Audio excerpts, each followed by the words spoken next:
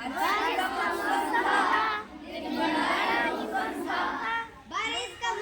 था, दिन बड़ा ही औसम था।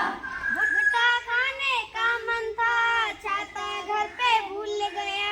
भुट्टा खाने का मन था, छाता घर पे भूल गया। भुट्टा खाने का मन था, छाता घर पे भूल गया। भुट्टा खाने का मन था, छाता घर पे भूल गया। जोरदार फिर बारिश हुई, भीग के मुझको सर्दी लगी। जोरदार फिर बारिश हुई, भीग के मुझको सर्दी लगी। जोरदार फिर बारिश हुई, भीग के मुझको सर्दी लगी। जोरदार फिर बारिश हुई, भीग के मुझको सर्दी लगी। कोल्ड हुआ, फीवर आया, हालत मेरी हो गई ऐसी। कोल्ड हुआ, फीवर आया, हालत मेरी हो गई ऐसी। कोल्ड हुआ, फीवर आया, हालत मेरी हो गई ऐसी। कोल्ड हुआ, फीवर आया, हालत मेरी हो गई ऐसी। अच्छी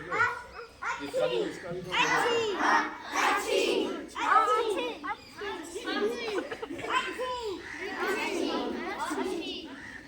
वेरी गुड। पुराना ही है संचारी रोग। ये 1 तारीख से 1 अक्टूबर से 31 अक्टूबर तक का कार्यक्रम है। अक्टूबर तक का कार्यक्रम है। इसमें फिर से अभी गर्मियों की छुट्टियों से पहले भी कार्यक्रम चला था और ये फिर से चूँकि मौसम बदलता है तभी ये कार्यक्रम चलता है और तभी बच्चे लोग ज़्यादा बीमार पड़ते हैं। बच्चे के बूढ़े का जवान सभी पड़ते हैं, तो तभी संचारी रोग का क्रियान्वयन किया जाता है। और ये कभी 15 दिन कभी 1 महीने का कार्यक्रम होता है। तो ये 1 महीने का कार्यक्रम है। बेटी बात नहीं। तो इस संचारी रोग के बारे में मैं पहले भी बता चुका हूँ और फिर बता दे रहा हूँ। संचारी रोग का संचार का मतलब होता है कि एक बात को दूसरे के पास पहुंचाना। ऐसे ही संचारी रोग का मतलब है कि एक रोगी द्वारा दूसरे रोगी को वो रोग पहुंचाना, यानी ट्रांसफर करना रोग का है। और वहाँ के द्वारा फिर दूसरे को, बाकी तीसरे को, फिर चौथे को, फिर 5वें को, ऐसे करके बहुत लंबी वो हो जाती है। और बहुत सारे लोग अपने गांव में भी देख रहे होंगे बीमार पड़े हैं। तमाम बोतलें लग रही हैं और डेंगू हो गया, किसी को चिकनगुनिया हो गया है, किसी को टाइफाइड हो गया है, किसी को कुछ हो गया है, सर्दी जुकाम हो गया है।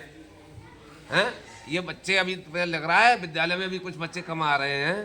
क्या कारण है इसका? बुखार उखार आ रहे हैं। बुखार उखार क्यों आ रहे हैं? इस समय संचारी रोग चल रहे हैं। और संचारी रोग फैलते कैसे हैं ये भी सबको मालूम है, विषाणु और जीवाणुओं के द्वारा। विषाणु जीवाणु कहाँ से आएंगे? गंदगी से। कहीं पानी भरा रहेगा तो उस पानी में पैदा होंगे मच्छर और वो मच्छर काटेंगे मनुष्य को, बीमार हो जाएगा।